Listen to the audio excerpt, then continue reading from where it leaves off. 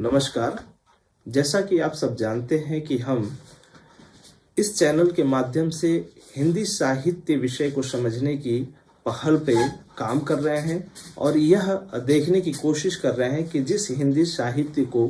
हम अध्ययन करते हैं, जिस हिंदी साहित्य को पढ़ते हैं, वह हिंदी साहित्य एक्चुअल में होती क्या है, या उस विषय को पढ़ने की हमें ज़रूरत क्यों होती है, उस विषय की प्रासंगिकता क्या है और हमारे दैनंदिन क्रियाओं में उस विषय की क्या ज़रूरत है, जो हमारे कहीं ना कहीं लिए ज़रूरत महसूस होती है, हमें पढ़ने की आवश्यकता पड़ती है। इसी उद्देश्य के साथ हम आज हिंदी साहित्य में जो साहित्य है उस पे बात करने के लिए आप सबके समक्ष उपस्थित हुए हैं। क्योंकि इससे पूर्व हम हिंदी पर बात कर चुके हैं कि हिंदी क्या है और हिंदी में किस तरीके से वो हमारे जीवन से जुड़ी हुई चीज़ उसमें दिखाई पड़ती है और किस तरीके से वो भाषा के रूप में एक पहल करती है, एक माध्यम के रूप में दिखाई पड़ती है। आज हम साहित्य को समझेंगे और साहित्य का किस तरीके से हिंदी साहित्य को समृद्धि प्रदान करने में भूमिका होती है, इस ओर हम देखने की कोशिश करेंगे। यहाँ पर हमने एक चीज की है कि साहित्य को समझने से पहले हमें यह ध्यान देने की जरूरत है कि साहित्य होती क्या है, साहित्य का तात्पर्य क्या है, साहित्य हम किसे कहेंगे। इस बिंदु को जानकर जब हम इस बिंदु को एक तरीके से परिभाषित कर लेंगे तो निश्चित तौर पर हम इसे अच्छे प्रकार से समझ पाएंगे। क्योंकि साहित्य शब्द पर यदि हम बात करें तो साहित्य शब्द सहित शब्द में यत प्रत्यय, जो यत प्रत्यय है उसके जुड़ने से कहीं ना कहीं इसकी निर्मिति हुई है, जिसका कहीं ना कहीं तात्पर्य यह है कि शब्द और अर्थ का समभाव। कहने का तात्पर्य है कि जब किसी भी शब्द और अर्थ के मिलने से जो निहितार्थ नए शब्द की निर्मिति होती है, वह कहीं ना कहीं साहित्य को निरूपित करती है। संस्कृत में एक परिभाषा भी कहीं ना कहीं इसके परिभाषा मुकम्मल तौर पर व्याख्यायित करने के लिए यहाँ दिखाई पड़ती है, जिसमें यह लिखा भी गया है। इधर मैं इसे व्याख्यायित करने की कोशिश करता हूँ कि हितेन सहितम सहितम सहितस्य भावः इति साहित्यम। कहने का तात्पर्य है कि जो साहित्य है वह सहित के प्रयोजन से कहीं ना कहीं निर्मित हुआ है। सहित कहने का मतलब है जिसमें सबके और हित का तात्पर्य है कल्याण या भलाई या परोपकार की भावना। इन दोनों के समेकित जो शब्द से जो निर्मित भाव निकलता है वह यह है कि सबके प्रति सद्भाव रखने की जो पहल होती है, अर्थात ऐसी धारणा जिसमें सबकी भलाई, सबके कल्याण, सबके कहीं ना कहीं परोपकार की भावना निहित दिखाई पड़े। तो इस प्रकार की जो सोच होती है, इस प्रकार की जो भावना होती है, वही साहित्य को कहीं ना कहीं परिपूर्ण बनाने की कोशिश करती है। साहित्य का जो एक मूल केंद्रित जो भाव है वो हित की भावना से कहीं ना कहीं प्रेरित है, यानी जिसके अंदर सबके हित, सबके उपकार, सबके कल्याण की विचारधारा निर्मित की गई हो। अगर इस पृथ्वी पर जितने भी प्राणी हैं, चाहे वो पशु हो, पक्षी हो, जितने भी लोग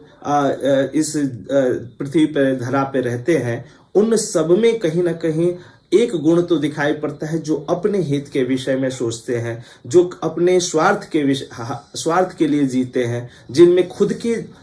के लिए इच्छाएं निर्मित हैं, अपने बारे में या अपने हित के कहीं ना कहीं उपकार के लिए हमेशा निरंतर एक सजीवता दिखाई पड़ती है। लेकिन एक मनुष्य एक ऐसा प्राणी दिखाई पड़ता है जिसमें कहीं ना कहीं इस तरह की विचारधारा है जो दूसरे के उपकार, दूसरे की कहीं ना कहीं भलाई, दूसरे की कहीं ना कहीं कल्याण की भावना भी निहित दिखाई पड़ती है। लेकिन उसमें भी अच्छाई और बुराई का पुट एक तरह से देखने को मिलता है। यही अच्छाई और बुराई को देखते हुए हम साहित्य को कहीं ना कहीं परिभाषित और परिमार्जित करने की पहल हम कर पाते हैं। तो साहित्य चूंकि जिस साहित्य में सहित का जो भाव होता है वह इस संपूर्ण चराचर पृथ्वी पर एक सबके जो भावना होती है, इस सबके कल्याण की जो भावना होती है वो इसमें समेकित रूप से दिखाई पड़ती है। और यह देखने से महसूस होता है जो हमारे आसपास यानी जो मनुष्य है, जो चिंतनशील प्राणी है, जो कहीं ना कहीं अनुभव करता है और उस अनुभव से जो भी कुछ अर्जित करता है, ये सारी की सारी चीजें उससे संवेदनशील बनाने की कोशिश के लिए कहीं ना कहीं प्रभावशाली दिखती है। तो ये मनुष्य अपने आसपास जो भी कुछ घटित होता है, जो भी कुछ उसके आसपास दिखाई पड़ता है, घटते हुए हो या किसी परिदृश्य के रूप में हो या किसी सूचना के तौर पर सुनाई देता हो, वो सारी की सारी चीजें उसे कहीं ना कहीं चिंतनशील बनाने, उसे अनुभव जन्य बनाने, उसे किसी न किसी विषय पर सोचने के लिए मजबूर करती हैं। और यही कहीं ना कहीं उसके अंदर भावों की निर्मिति को पनपने की भी कहीं ना कहीं पहल करती हैं। तो साहित्य मनुष्य को भाव केंद्रित या संवेदना से युक्त मनुष्य बनाने की पहल में एक प्रथम योजना या प्रथम पहल मानी जा सकती है। चूंकि मनुष्य के अंदर एक संवेदित और चिंतनशील प्रणाली देखने को मिलती है, चिंतनशील विचारधारा देखने को मिलती है, यही कारण है कि हमारे जो कवि हैं, जो हमारे लेखक हैं, वो मनुष्यों को सर्वोपरि कहीं ना कहीं स्तर प्रदान करते हैं, प्राणियों में एक उच्च स्तर का प्राणी मानते हैं और यह कोशिश करते हैं कि जो मनुष्य है वह दूसरे के कल्याण की भावना में ज्यादा रत दिखाई पड़ता है या रत दिखाई पड़ना चाहिए। वह स्वार्थ सिद्धि के लिए यदि जीवन यापन करता है तो यह निश्चित तौर पर बुरा परिदृश्य है, बुरा सोच है। इस तरह की भावना अन्य प्राणियों में अर्थात पशु पक्षियों में दिखाई पड़ती है तो यह तो सोचने योग्य नहीं है, लेकिन मनुष्यों के अंदर इस तरह की भावना यदि दिखाई पड़ती है तो निश्चित तौर पर यह चिंतन युक्त बात हो सकती है। मैथिली शरण गुप्त ने मनुष्यता नामक एक कविता में इस बात की पहल करते हुए लिखा है कि जो मनुष्य है, जो निश्चित है कि वो भी अन्य प्राणियों की तरह से इस पृथ्वी पर आया है और उसे भी एक दिन चला जाना है, अर्थात वह अमरत्व होकर तो नहीं आया, उसे भी उसका भी एक दिन नाश हो जाना है। इसीलिए उसे मृत्यु से नहीं डरना चाहिए, बल्कि कहीं ना कहीं अपने जो ये जीवन मिला है, जो अपना ये कहीं ना कहीं कुछ कर गुजरने के लिए एक जो जन्म मिला है, उससे कहीं ना कहीं एक कल्याण की भावना या कुछ इस तरह के कार्यों में रत हो जाना चाहिए जो कहीं ना कहीं उसके लिए अच्छा या परोपकार की भावना को जन्म देता हो और आजीवन उसे याद रखने की एक पहल कर जाता हो। इसी ओर संकेतित करते हुए उन्होंने एक पंक्ति लिखी है कि विचार लो कि मर्त्य हो न मृत्यु से डरो कभी, मरो परंतु यूं मरो कि याद जो करे सभी, हुई न यूं सो मृत्यु तो वृथा मरे वृथा जिए, मरा नहीं वही कि जो जिया न आपके लिए, यही पशु प्रवृत्ति है जो आप ही चरे, वही मनुष्य है कि जो मनुष्य के लिए मरे। इन पंक्तियों के माध्यम से मैथिली शरण गुप्त जी ने यह बताने की कोशिश की है कि जो मनुष्य है, जो जन्म मरण के इस बंधन में पड़ा रहता है, लेकिन इस बंधन में कहीं ना कहीं वह अपने भलाई, अपने कल्याण, अपने परोपकार की भावना को कहीं ना कहीं छोड़ जाता है। लेकिन स्वार्थ सिद्धि और अपनत्व के लिए जीने से बेहतर है कुछ इस तरह के कार्यों को कर जाना, कुछ इस तरह के उपकार या चिंतनशील कार्य योजन कर जाना, जिससे कि जब तक वो पृथ्वी पर या धरा पर रहे तब तक तो उसके द्वारा किए गए कल्याणकारी कार्यों की कहीं ना कहीं गुणगान किया ही जाता रहे, लेकिन उसके मरने के बाद, उसके इस पृथ्वी पर जाने के बाद निश्चित तौर पर उसकी एक व्याख्या की जाती हो, उसके गुणों को कहीं ना कहीं गाया जाता हो, उसे याद किया जाता हो। तो इस पहल को वो प्रेरित करते हुए बताते हैं कि मनुष्य वही अच्छा मनुष्य है, वही सबसे सुंदर मनुष्य है जो पशुओं की प्रवृत्ति से कहीं ना कहीं इतर जाकर, पशुओं की प्रवृत्ति से कहीं ना कहीं हटकर मनुष्यता को कहीं ना कहीं अपने अंदर समेटता है और उसे अपने अंदर जीता है। तो इस तरह की पहल करने वाला मनुष्य ही आगे चलकर एक मानवीय प्रवृत्तियों से युक्त मनुष्य बन सकता है, और यही साहित्य का उद्देश्य भी होता है। तो इस तरह से साहित्य के उद्देश्यों को परिभाषित करते हुए, साहित्य के गुणों को बताते हुए, साहित्य में निहित उन भावों को कहीं ना कहीं रचनाकारों ने, कवियों ने अपनी अपनी रचनाओं के माध्यम से निरूपित और उसे व्याख्यायित करने की कोशिश की है। साहित्य सहित की भावना से कहीं ना कहीं मनुष्य के उन्हीं भावों को उकेरता है, उन्हीं भावों को प्रदर्शित करने की कोशिश करता है। यही कारण है कि साहित्य में जो होना चाहिए वो उन्हीं की कहीं ना कहीं इसमें रूपरेखा देखने को मिलती है, और यह उम्मीद की जाती है या कोशिश की जाती है कि साहित्य में सार्थकता का भाव हो, सुंदरता और रमणीयता का कहीं ना कहीं समायोजन किया जाता हो, और सबसे ज्यादा जरूरी है कि सामाजिक हित की भावना इसमें निहित दिखाई पड़नी चाहिए। अर्थात वही अच्छा साहित्य है, वही सच्चा साहित्य है जिसमें सबके सहित की भावना हो, सबके कल्याण की भावना हो। यदि यह पहल साहित्य के माध्यम से किया जाता है तो वह निश्चित तौर पर साहित्य के उन मूल्यों, उन उद्देश्यों को पूर्ण करने की सबसे बड़ी कोशिश होती है। करने की जरूरत है कि मनुष्य एक ऐसा चेतनशील प्राणी है जो ज्यादातर चिंतन की क्रियाओं में लीन रहने की कोशिश करता है, और यह कोशिश इसमें अनेकों प्रकार के ऐसे भी मनुष्य हैं जो स्वार्थ सिद्धि की भावना पे कार्य करते हैं। अर्थात कोई भी कार्य जब अपने लिए किया जाता है, अपनी इच्छाओं की पूर्ति के लिए ही केवल किया जाता है, तो इस प्रकार की कृतियां, इस प्रकार के कार्य, इस प्रकार की क्रियाएं हमारे अपने लिए होती हैं, यह समाज के लिए नहीं होती हैं। इसीलिए उस प्रकार का कोई भी कार्य, चाहे वो लेखन के माध्यम से हो या किसी और रचना के माध्यम से हो, चाहे वो संगीत हो, चाहे वो पेंटिंग हो, चाहे चित्रकारी हो, या जो भी चीज जिसमें शामिल किया जा सकता है, वो साहित्य के दायरे में तो नहीं आएगा। ऐसा क्यों? क्योंकि उसमें सहित की भावना नहीं, बल्कि व्यक्तिगत और खुद के परोपकार की भावना उसमें कहीं ना कहीं शामिल दिखाई पड़ती है। तो इस तरह के काव्यों को हम साहित्य के अंतर्गत नहीं रख सकते। साहित्य, चूंकि हम पहले भी जिक्र कर चुके हैं कि साहित्य में साहित्य का जो भाव जो इसमें शामिल है कि सहित का जो भाव है, वह सहित की जो भावना होती है वो संपूर्ण चराचर जगत को, अर्थात यह सृष्टि में जितने भी जीव हैं सब पे दया करने, सब पे परोपकार करने की भावना को कहीं ना कहीं इंगित करती है, प्रदर्शित करती है। यानी इस सृष्टि में हम जो कुछ भी देखते हैं, जो कुछ भी महसूस करते हैं, जिन सारी चीजों को कहीं ना कहीं अपने आसपास घटित होते हुए महसूस करते हैं, ये सभी कुछ हम अगर संवेदनशील मनुष्य हैं तो निश्चित तौर पर इस संवेदनशीलता का कहीं ना कहीं प्रभाव हम साहित्य में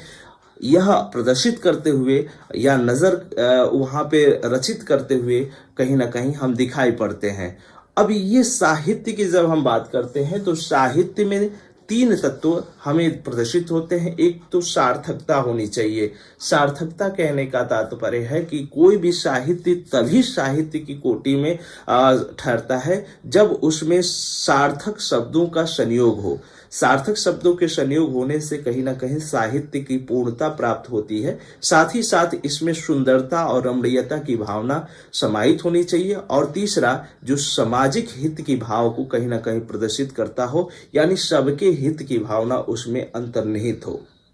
तो इस तरीके का जो भी स्वरूप हम देख पाते हैं या जो भी स्वरूप हम प्रदर्शित कर पाते हैं, या कहीं ना कहीं अध्ययन करते हुए या एक तरीके से कवि के द्वारा या साहित्यकार के द्वारा जब हम उसको कहीं ना कहीं यहाँ पर रचते हुए देख पाते हैं, ये सभी के सभी चीज हम साहित्य के इर्द गिर्द पाते हैं। तो साहित्य को अगर हम एक तरह से डिफाइन करने की कोशिश करते हैं तो साहित्य का तात्पर्य इस अर्थ में भी लगाना उचित होता है कि जब हम सबके प्रति प्रेम, करुणा और कल्याण के बारे में सोचना, समझना, देखना, इत्यादि ये सभी भावनाएं एक साथ इंगित करते हैं। यानी इन रूपों में हम कहीं ना कहीं अपने भावनाओं को व्यक्त करने की कोशिश करते हैं। जैसे कि अपने आसपास कोई घटना हो रही है, यदि हम संवेदनशील व्यक्ति हैं तो उन सभी घटनाओं से कहीं ना कहीं हम प्रभावित हुए बिना नहीं रह सकते, और यह प्रभावशीलता हमारी इस प्रकार की होगी कि हम उस घटना के सुख से कहीं ना कहीं सुखी होंगे और दुख में कहीं ना कहीं दुखी होंगे। तो यह भाव यदि हमारे अंतर्मन में होता है तो यह निश्चित तौर पर साहित्य का चरम बिंदु कहा जा सकता है। यही कारण है कि जब हम किसी भी साहित्य को पढ़ते हैं या किसी भी दृश्य को देखते हैं या किसी भी संगीत या नाटक को कहीं ना कहीं हम मंचित होते हुए देखते हैं तो हम संवेदनशील हो उठते हैं। जिस तरीके का मंचन या जिस तरीके का साहित्य उस पात्र यानी जो उसमें इंगित पात्र है उसके द्वारा कहीं ना कहीं प्रदर्शित कराया जाता है, ठीक उसी तरह की भावनाएं, ठीक उसी तरह की वेदनाएं हमारे भी अंतर्मन में प्रदर्शित होती हुई दिखाई पड़ती हैं। तो यह सारी चीजें जो साहित्य में कहीं ना कहीं प्रदर्शित होती हैं, साहित्य में घटित होते हुए दिखाई पड़ती हैं, ये घटनाएं ही हम एक बड़े स्वरूप में कहीं ना कहीं साहित्य के अंतर्गत हम देख पाते हैं और समझ पाते हैं। साहित्य के जो स्रोत हैं, जो कहीं ना कहीं इकट्ठा करने का मैटर है, जिस तरीके से हम उसे अर्जित करते हैं, इसी को ध्यान में रखते हुए महावीर प्रसाद द्विवेदी जी ने इसे ज्ञान राशि के संचित कोश का नाम दिया है। यानी जो साहित्य है वह ज्ञान राशि का संचित प्रतिबिंब है। ज्ञान राशि कहने का तात्पर्य है कि जितना कुछ हम अर्जित कर पाते हैं, चाहे वो बचपन से लेकर प्रौढ़ावस्था तक, जो कुछ भी हम अपने ज्ञान में अर्जित करते हैं, वो ज्ञान राशि जब एक समय के बाद वो हमें तर्क वितर्क करते हुए, कुछ विचार करते हुए, कुछ सृजन कार्य की ओर उद्यत करती है, तो यही सृजन कार्य हमें साहित्य के रूप में परिणित होता हुआ दिखाई पड़ता है। यह एक बात यहाँ गौर करने की जरूरत है कि जैसे साहित्य से इतर कुछ विषय है, जैसे सामाजिक विज्ञान है, राजनीतिक विज्ञान है, और विभिन्न प्रकार के जो एक तरीके से भौतिक विज्ञान है, गणित है, इस तरह के विषयों को यदि आप पढ़ते हैं तो मैं आपको पूरे यकीन के साथ कह सकता हूं कि उसमें जो भी चीजें हैं वह मनुष्य के लिए जरूर, मनुष्य के हित के लिए जरूर कहीं ना कहीं प्रदर्शित की जाती हैं, लेकिन उनको पढ़ने के बाद किसी भी मनुष्य की मनोभावों में कहीं परिवर्तन इस तरह से नहीं होता कि वह उन साहित्य को या उन विषयों को पढ़ने के बाद से वो आंखों से आंसू गिराता हुआ दिखाई पड़े। लेकिन साहित्य एक ऐसा विषय है कि इसको अध्ययन करने के उपरांत, इसको पढ़ने के बाद व्यक्ति अपने स्वरूप में वह नहीं रह जाता जो उस रचना को पढ़ने से पूर्व होता है। कहने का तात्पर्य, अगर इसको ऐसे समझने की कोशिश करें कि यदि कोई व्यक्ति कोई फिल्म देख रहा हो तो फिल्म देखने से पहले जो व्यक्ति होता है वह फिल्म देखने के बाद नहीं रह जाता। कहने का तात्पर्य यह है कि इस व्यक्ति के मनोविकारों में जो उसके मानसिक जो सूचनाएं हैं, जो ज्ञान है, उसमें कहीं ना कहीं संवर्धन होता है, और साथ ही तमाम तरह के जो सोच होते हैं, जो दृष्टियां होती हैं, उनमें भी कहीं ना कहीं परिवर्तन होता है। तो यह केवल और केवल साहित्य में ही संभव है। अन्य जो लेखन कार्य है, जो विषय हैं, उनमें ऐसा होता हुआ नहीं दिखाई पड़ता।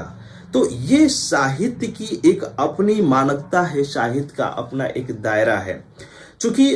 ऐसा क्यों होता है, तो ऐसा इसलिए होता है क्योंकि साहित्य का संबंध मनुष्य से होता है, और जब मनुष्य से इसका संबंध है तो चूंकि यह मनुष्य के हृदय को परिष्कृत करता है। साहित्य मनुष्य को जीवन जीने के विवेक को डेवलप करता है, विवेक को प्रदान करने की कोशिश करता है। यानी मनुष्य किस तरीके से अपने जीवन को सद कर या अपने जीवन को किस तरीके से व्यवस्थित करके जीवन यापन करे, इसको बताने की कोशिश करता है। अगर इसका एक उदाहरण हम देने की कोशिश करें तो जैसे एक चक्कू है, तो विज्ञान ने उस चक्कू को हमारे कहीं ना कहीं सुविधा के लिए बनाया है, लेकिन उसी चाकू से हम किसी की हत्या भी कर आसानी पूर्वक कर देते हैं। अब यहाँ पर हमें विज्ञान तो एक एक एक कहीं ना कहीं आपके सहयोग या सहायता के लिए निर्मित किया है कि चाकू आसानी पूर्वक हम सब्जियों को या फल को आसानी से काट सकते हैं, उसे बारीक बना सकते हैं। तो इसके लिए सहयोगी भूमिका चाकू का निभाया जा सकता है। लेकिन यदि हम विवेकहीन हैं, यदि हम यह तय नहीं कर पाते हैं कि हम सही कार्य कर रहे हैं या गलत, तो निश्चित तौर पर उस चाकू से हम किसी की हत्या भी कर सकते हैं। तो यह हत्या न करने का जो भाव है, ये किसी को कहीं ना कहीं रोकने का जो भाव है, किसी को सही दिशा देने का जो भाव है, वह साहित्य के माध्यम से ही किया जा सकता है। साहित्य ही उसे एक दृष्टि प्रदान करती है। तो इस तरीके से यह स्पष्ट है कि जो साहित्य है वह कहीं ना कहीं मनुष्यों में बुद्धि, विवेक, संवेदना, मानवता व भाईचारे की भावना को प्रकट करने की कोशिश करती है। तो ये साहित्य का एक विस्तृत जो स्वरूप हम देख पाते हैं, जो विस्तृत कहीं ना कहीं नजरिया देख पाते हैं, यह हमें देखने को मिलता है। यही कारण है कि आचार्य हजारी प्रसाद द्विवेदी जी ने जो साहित्य है उसको जो मनुष्य है, मनुष्य को ही साहित्य का लक्ष्य माना है। जो मनुष्य है उसको साहित्य का लक्ष्य माना है। और वो लिखते हैं कि मैं साहित्य को मनुष्य की दृष्टि से देखने का पक्षपाती हूँ। वो कहते हैं कि मनुष्य ही सर्वोपरि है। यदि मनुष्य सर्वोपरि है तो उस मनुष्य के हित में अगर कोई कार्य किया जा रहा है तो वैसी रचना या वैसा कोई भी लेखन कार्य वह साहित्य की उच्च श्रेणी में रखा जा सकता है। उन्हीं का एक परिभाषा है, एक कोटेशन है जो काफी चर्चित है कि मैं साहित्य को मनुष्य की दृष्टि से देखने का पक्षपाती हूं, जो वागजाल, मनुष्य को दुर्गतिहीनता और प्रमुखोपेक्षिता से बचा न सके, जो उसकी आत्मा को तेजोदीप्त न बना सके, जो उसके हृदय को पर दुख कातरता और संवेदनशीलता न बना सके, उसे साहित्य कहने में मुझे संकोच होता है। निश्चित तौर पर जो हजारी प्रसाद द्विवेदी हैं उनकी यह परिभाषा एक प्रासंगिक और व्यापक स्तर में दिखाई पड़ती है, क्योंकि हजारी प्रसाद द्विवेदी ने एक वागजाल जो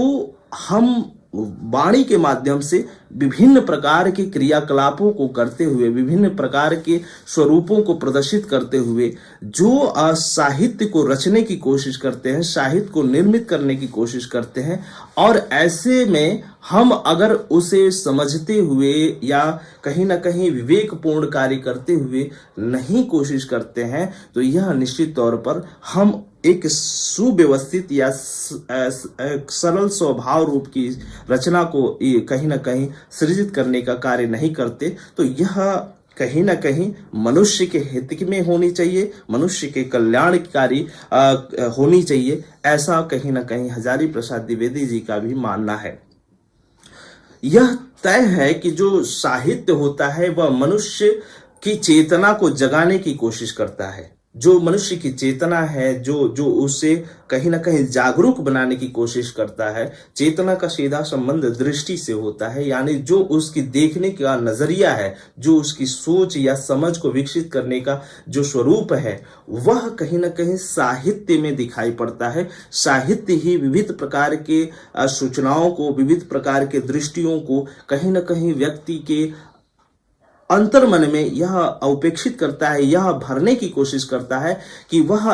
किसी भी घटना को, किसी भी दृश्य को किन किन दृष्टियों से देख सकता है या कैसे देख सकता है, उसके गुण अवगुणों की पड़ताल किस प्रकार से वह कर सकता है। तो यह सब कुछ कार्य चूंकि साहित्य अपने स्वरूप से, अपने लेखन से, अपने तार्किक गुणवत्ता से करता है।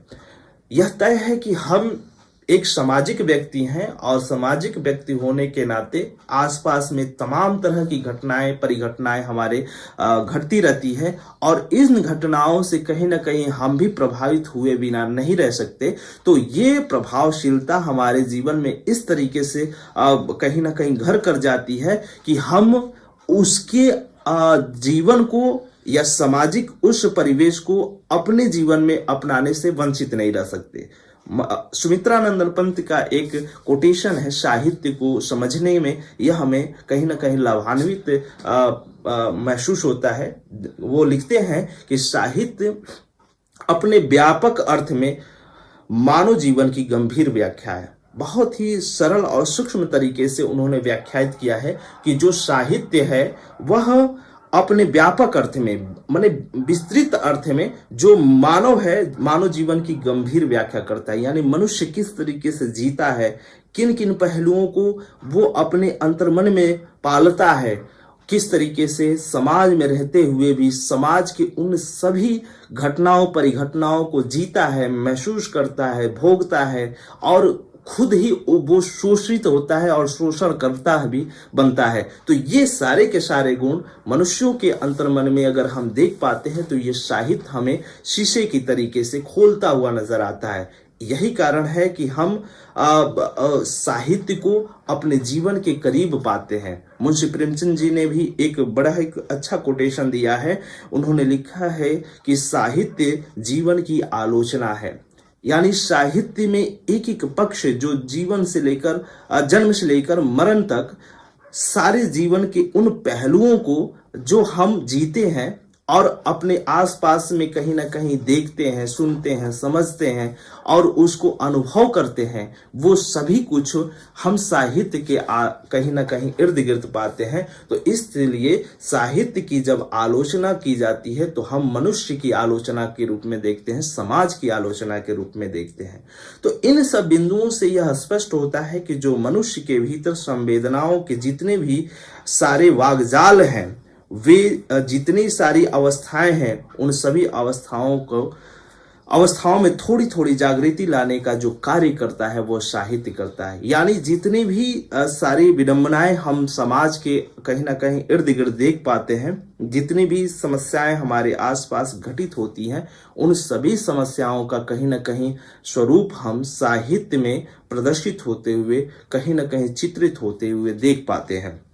ज्ञान विज्ञान की जितनी भी शाखाएं हैं, चाहे वह दर्शन शास्त्र हो, चाहे वह इतिहास हो, चाहे वह भूगोल हो, चाहे वह राजनीति शास्त्र हो, इन सभी स्थितियों में एक ही उद्देश्य हमें निहित दिखाई पड़ता है कि मनुष्य का निर्माण कैसे किया जाए। उनके जो विचार हैं, उनमें जो तार्किकता के गुण हैं, चाहे उनमें सूचनाओं का जो गुण है, वो कैसे समृद्ध बनाया जाए। लेकिन इन सब से इतर साहित्य एक ऐसी रचना है जो मनुष्य को मनुष्य बनाने, मनुष्य को एक संवेदनशील मनुष्य बनाने, मनुष्य के अंदर मानवीय गुणों को उत्पन्न करने की कोशिश करता है। तो यह सूचना देने की कोशिश तो एक समय अंतराल के अनुसार करता है, लेकिन इसके अतिरिक्त वह मानवीय प्रवृत्तियों को डेवलप करने, मानवीय प्रवृत्तियों को कहीं ना कहीं उनमें भरने की यह परख करता है। इसीलिए साहित्य एक बड़े और व्यापक स्तर पर अपनी एक तो हम लोगों ने ज्ञान विज्ञान के जितने भी शाखाएं हो सकती हैं, उन सभी शाखाएं, चाहे वह दर्शन शास्त्र हो, चाहे वो भूगोल हो, चाहे वो इतिहास हो, चाहे वो राजनीति शास्त्र हो, चाहे सामाजिक शास्त्र हो, जितनी भी शाखाएं हो सकती हैं, उन सभी शाखाओं का एक ही उद्देश्य लगभग दिखाई पड़ता है कि मनुष्य का निर्माण कैसे किया जाए, मनुष्य के अंदर तथ्यों का सूचनाओं का कैसे संग्रहण किया जाए। तो यह एक तरीके से संग्रहण करने की क्षमता इन जो ज्ञान विज्ञान की जो शाखाएं हैं, इनके माध्यम से की जाती है। लेकिन जो साहित्य होती है वह सीधे सीधे मनुष्य का निर्माण करने की बात करती है। यानी मनुष्य के अंदर संवेदनशील गुण कैसे डेवलप हो, कैसे उन्हें मनुष्यता के पाठ को पढ़ाया जा सके, किस तरीके से मानवीय गुणों को कहीं ना कहीं उनके अंतर्मन में सृजित किया जा सके, इन सभी बिंदुओं पर कहीं ना कहीं बात की जाती है। तो ये सभी पहलू हम साहित्य के अंतर्गत देखते हैं, साहित्य में निहित देखते हैं।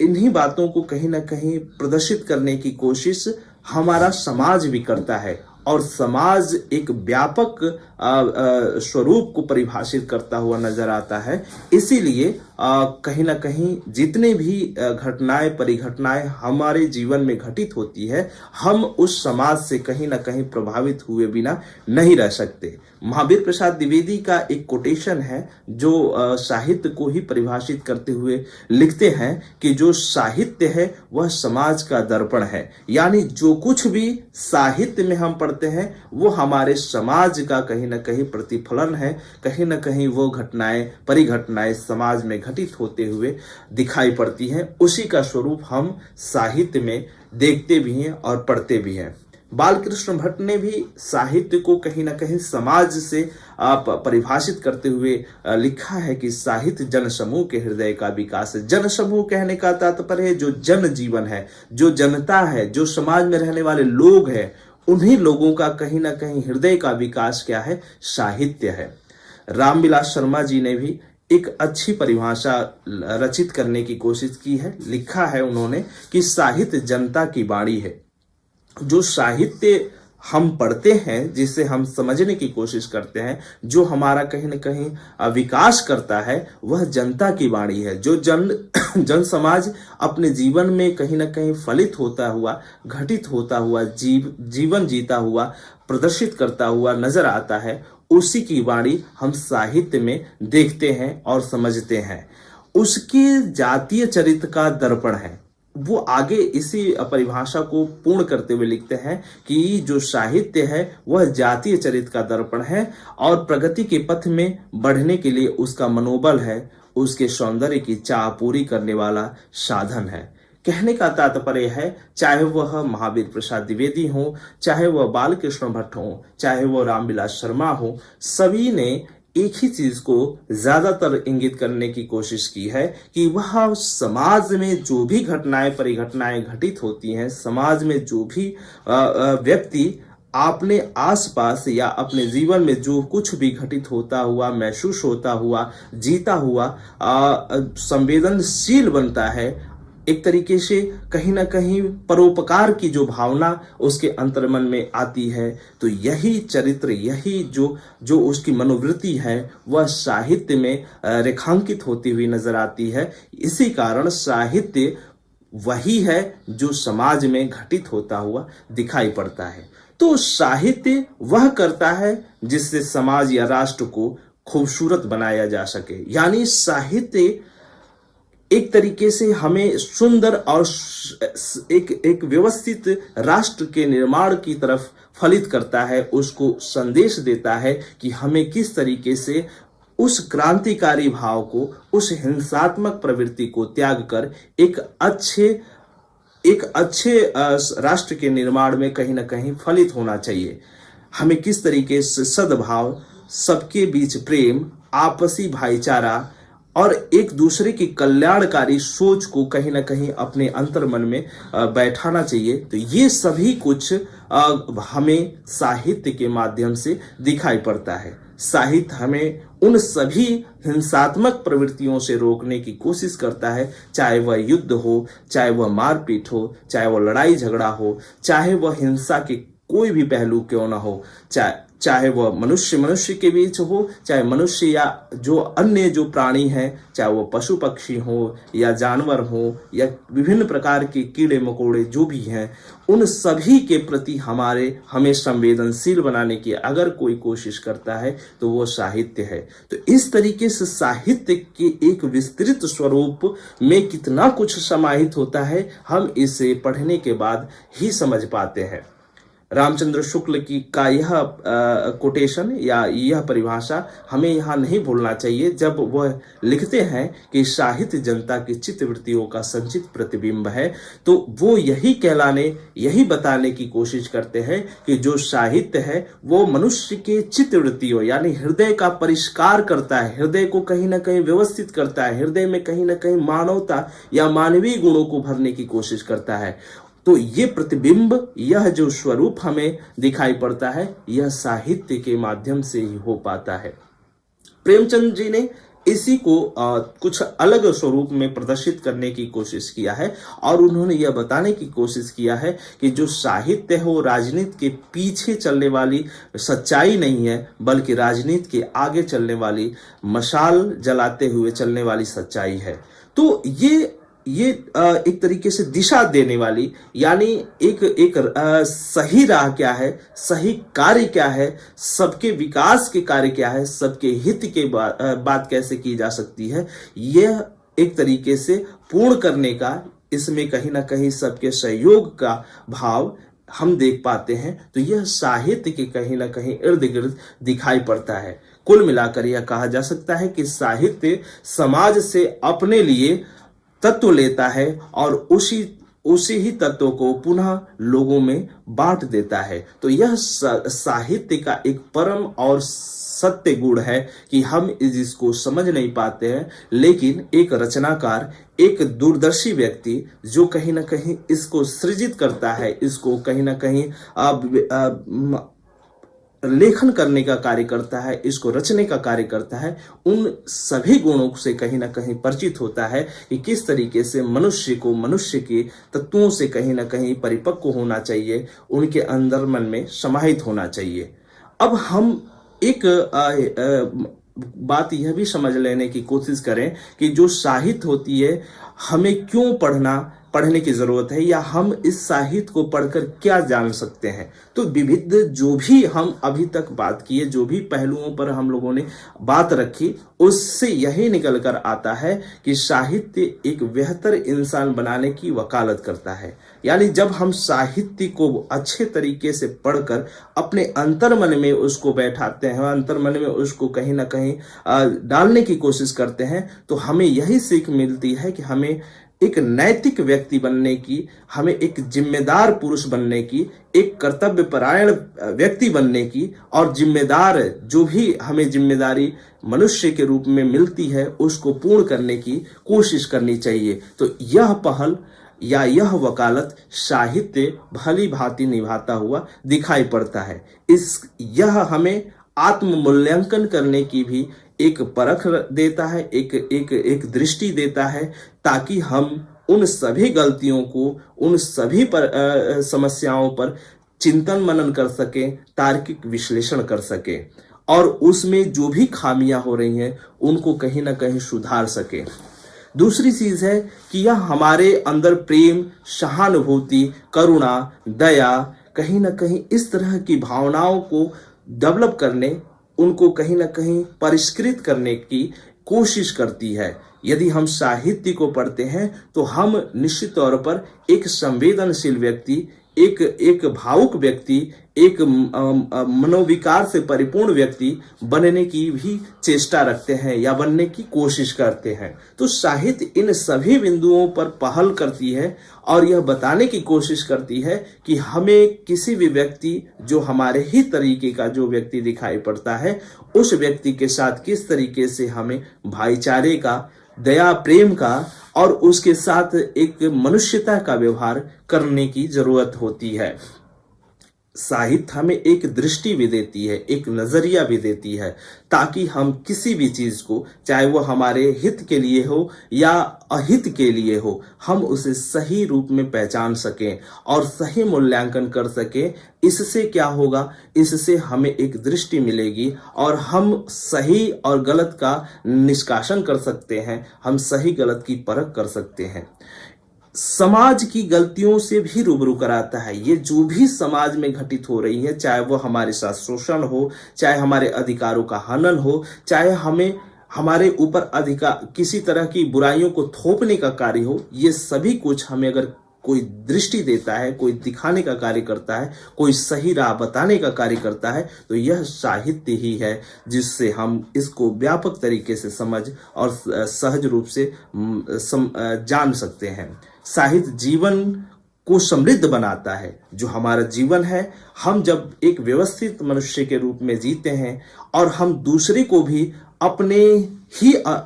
ही जैसा, अपने ही भाई बंधु के रूप में देखते हैं, तो निश्चित तौर पर हम अपने जीवन में संवेदनशील या एक अच्छे व्यक्ति के रूप में पाते हैं। तो इस तरीके से वह जो मनुष्य का जीवन है उसको समृद्ध बनाने की कोशिश करता है। और यह समृद्धशीलता कैसे बनती है? जब हम संवेदनशील का गुण, हमारे अंदर भावुकता का गुण उत्पन्न होता है। और यह भावुकता, संवेदनशीलता का गुण तभी आ पाता है जब हम किसी भी घटना पर, किसी भी परिघटना पर, किसी भी तत्व को लेकर सही गलत का निर्णय एक अच्छे व्यक्ति के तौर पर, एक अच्छे विचारक के तौर पर कर पाते हैं। तो यह कार्य हमें कराता है। इसी तरीके से कुछ ऐसे भी कार्य हैं, जैसे उन्नति कैसे की जा सकती है, अपने जीवन में उन्नति कैसे हो, अपने जो भविष्यगामी कोई योजना है तो उस पर चिंतन हम कैसे कर पाए, तथा हमारे जीवन में आ रही उन खामियों को, उन परेशानियों को हम दूर कैसे कर पाए, इन सब पर एक नजरिया, एक दृष्टि देने का कार्य यदि कोई करता है तो वो साहित्य ही है। तो साहित्य के इतने व्यापक, इतने विस्तृत फलक को देखते हुए हम यह कह सकते हैं कि साहित्य अपने आप में एक व्यापक स्वरूप प्रदर्शित करता हुआ नजर आता है। तो यहाँ यह समझने और जानने की कोशिश हम लोगों ने इस परिभाषा के माध्यम से करते हुए साहित्य के उन सभी बिंदुओं को जाना, समझा और यह कोशिश किया कि साहित्य को समझ सकें, जान सकें कि किस तरीके से साहित्य अपने आप में एक विस्तृत फलक को संदर्भित करता हुआ दिखाई पड़ता है। इसी के साथ हम आज की क्लास को यहीं विराम करते हैं और पुनः आगे हम कुछ और इसी तरह की बिंदुओं को लेते हुए, साहित्य से जुड़े उन पहलुओं को लेते हुए आप सबके समक्ष उपस्थित होंगे। तब तक के लिए धन्यवाद।